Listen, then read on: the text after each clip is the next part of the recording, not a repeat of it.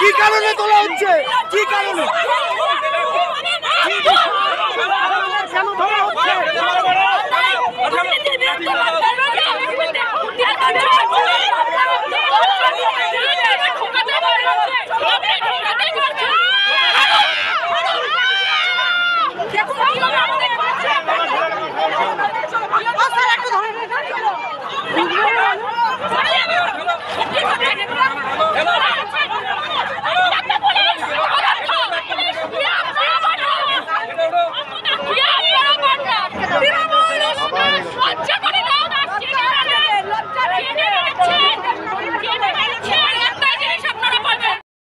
অশান্ত পরিস্থিতি তৈরি করছে, পুলিশ নিজেরা অশান্তি তৈরি করার চেষ্টা করছে। দেখো শান্ত হয়ে গেছে, তাও পুলিশ লোককে তাও টেনে হিসেবে জোর করলো। পুলিশের এরকম ভূমিকা কি বলবো? পুলিশ একদম তৃণমূলের দলদাসে পরিণত হয়েছে। পুলিশ লাঠিচার্জ করছে। পুলিশ লাঠিচার্জ শুধু করেনি, ঢেল মেরেছে, উইদাউট কোনো প্ররোচনায় জল কামান চালিয়েছে। এত বড় নেতৃত্ব আছে, টিয়ার গ্যাস চালিয়েছে। একবার পুলিশ কথা বলতে আসবে না যে আমি আপনার সাথে কথা বলতে চাই, আপনি প্রতিবেদন নিতে চাই?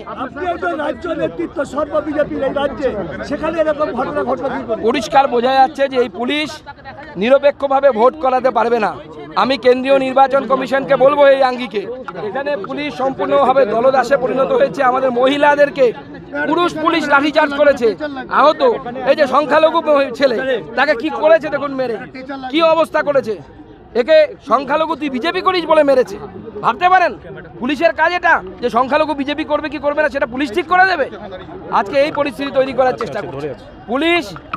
প্ররোচনা দিয়েছে, ছেলে পুলিশ মহিলাদের উপর লাঠিচার্জ করেছে। আমি প্রত্যেক মহিলাকে বলবো, আমি এখনই এখন তো শান্ত হয়ে গেছে, এখনো দেখি টেনে হিসেবে পুলিশ সবাইকে নিয়ে যাচ্ছে। পুলিশ ভীত সন্ত্রস্ত করার চেষ্টা করছে বিজেপি কর্মী সমর্থকদেরকে, ভাবছে বিজেপি ঘরে ঢুকে যাবে। পুলিশ যদি এরকম ভাবে, আমরা অত নিরীহ নই, অত শান্ত নই, এবং আমরা অত ভীতু নই। লড়াই হবে, চোখে চোখ রেখে লড়াই হবে। এই পুলিশকে কোর্টে নিয়ে গিয়ে শেখাবো উচিত শিক্ষা। পুলিশের তরফ থেকে 4টে ব্যারিকেড লাগানো হয়েছিল, যেন মনে হচ্ছিল আমরা তালিবান, আমরা এখানে মনে হয় যুদ্ধ করতে এসেছি।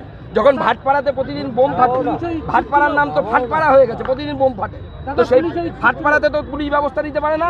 স্বর্ণকারের দোকান যখন লুট হয়ে যায়, পুলিশ ব্যবস্থা নিতে পারে না। যারা কাবাডির কাজ করে, ভাঙাচোরা জিনিসপত্র বিক্রি করে, তার দোকানে যখন বোম পাওয়া যায় তখন তো পারে না। যখন গোবিন্দ যাদব যখন মারা যায় তখন তো পারে না।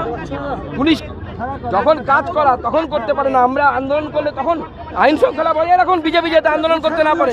আপনারা আইন শৃঙ্খলা এখনো পর্যন্ত 10-12 জনকে পেয়েছে, একে হসপিটালে নিয়ে যাও, এই হসপিটালে নিয়ে যাও। 10 পুলিশ ইট ছুটছে, আমার দিকে ইট ছুটেছে। অবশ্যই আদালতে যাবো, কারণ অবশ্যই সমস্ত আমরা মহিলা কমিশনে জানাবো। মহিলাদের উপর আমিও শুনেছি, এখনো পুলিশের কাছ থেকে কনফার্মেশন পাইনি।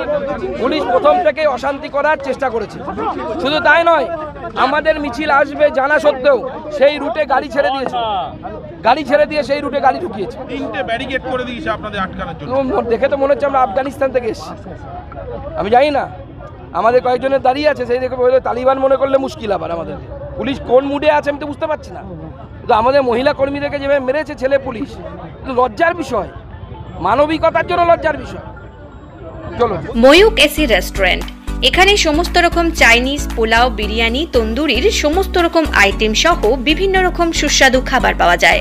স্বল্প খরচে ছোটখাটো মিটিং বা জন্মদিন অথবা অ্যানিভার্সারি, বিভিন্ন অনুষ্ঠানে সেলিব্রেশনের ব্যবস্থাও রয়েছে। আমাদের ঠিকানা তিলক চক, হেলান, খানাকুল, হুগলি। বিস্তারিত জানতে কল করুন 8617492616। Rani shopping mall and Reshmi jewellers.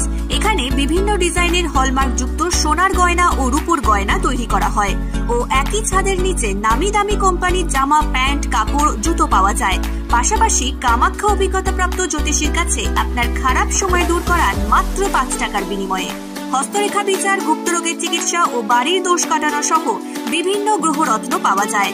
আমাদের ঠিকানা মুচিঘাটা, খানাকুল, হুগলি। বিস্তারিত জানতে আজই কল করুন 9732533706।